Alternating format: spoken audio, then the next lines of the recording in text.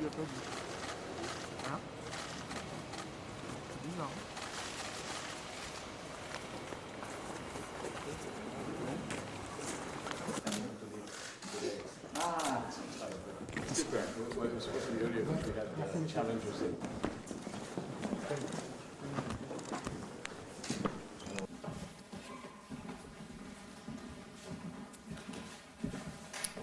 Bien, mesdames et messieurs, pour ce qui est de la Syrie, la situation est complexe, mais elle n'est pas paradoxale. Je crois qu'il faut se garder de tout néoconservatisme de mauvaise aloi qui consisterait à penser que nous puissions inventer de l'extérieur une solution politique pour le pays, malgré lui, ou contre lui, comme nous l'avons fait par le passé, ou en Irak ou en Libye. Est-ce que Bachar el-Assad est l'ami de la France? Non. Est-ce que Bachar el-Assad est notre principal ennemi sur le terrain syrien? Non, c'est Daesh. Bachar el-Assad, je l'ai dit à plusieurs reprises, c'est l'ennemi du peuple syrien.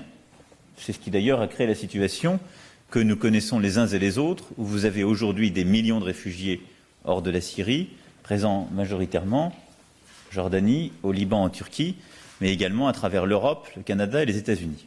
Pour autant, Bachar el-Assad, c'est le pouvoir en place en Syrie. Pouvons-nous l'ignorer dans la période de transition? Non. Jeudi, Mahmoud Abbas, est-ce qu'on peut s'attendre à une initiative française peut-être? Il faut être réaliste. Donc ce que je souhaite éviter, c'est que nous ayons une sortie de la guerre que je pense nous allons gagner d'ici la fin du mois de février 2018 contre Daesh, que nous ayons une sortie de cette guerre qui ne se traduise par une forme de statu quo, parce que certaines puissances ont un intérêt qui est le statu quo et le maintien de Bachar el-Assad contre son peuple. Macron on Jerusalem after you have met the Christian. Aujourd'hui, la priorité, elle est dans la construction d'un processus qui permettra de faire émerger un pouvoir politique stable dans un État territorialement intègre. Ce qui n'est aujourd'hui, comme je le répète, pas le cas.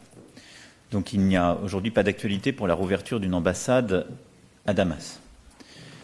Je suis aussi extrêmement prudent sur tous les sujets de coopération avec un pouvoir politique qui a les caractéristiques qui sont celles que j'évoquais il y a un instant. Et je ne reviens nullement sur les condamnations qui ont été celles de la France à l'égard des attaques à l'arme chimique qui ont été conduites par le régime. Et donc le fait de dire nous avons besoin de contribuer à la mise en place d'un processus politique où les représentants de Bachar el-Assad seront là parce qu'il est en place, et donc un réalisme pour trouver une solution inclusive, ne signifie pas que nous considérons que nous obéissons tout ce qui s'est passé ces dernières années. What diplomatic course are you going to pursue? And as we're all aware, Jerusalem is key to resolving the challenges that we have ahead. In this respect, obviously, the United States' unilateral decisions to recognize Jerusalem as Israel's capital is against, from our point of view, international law. But we both agree that there is no alternative to the two-state solution and that there is no solution without Jerusalem.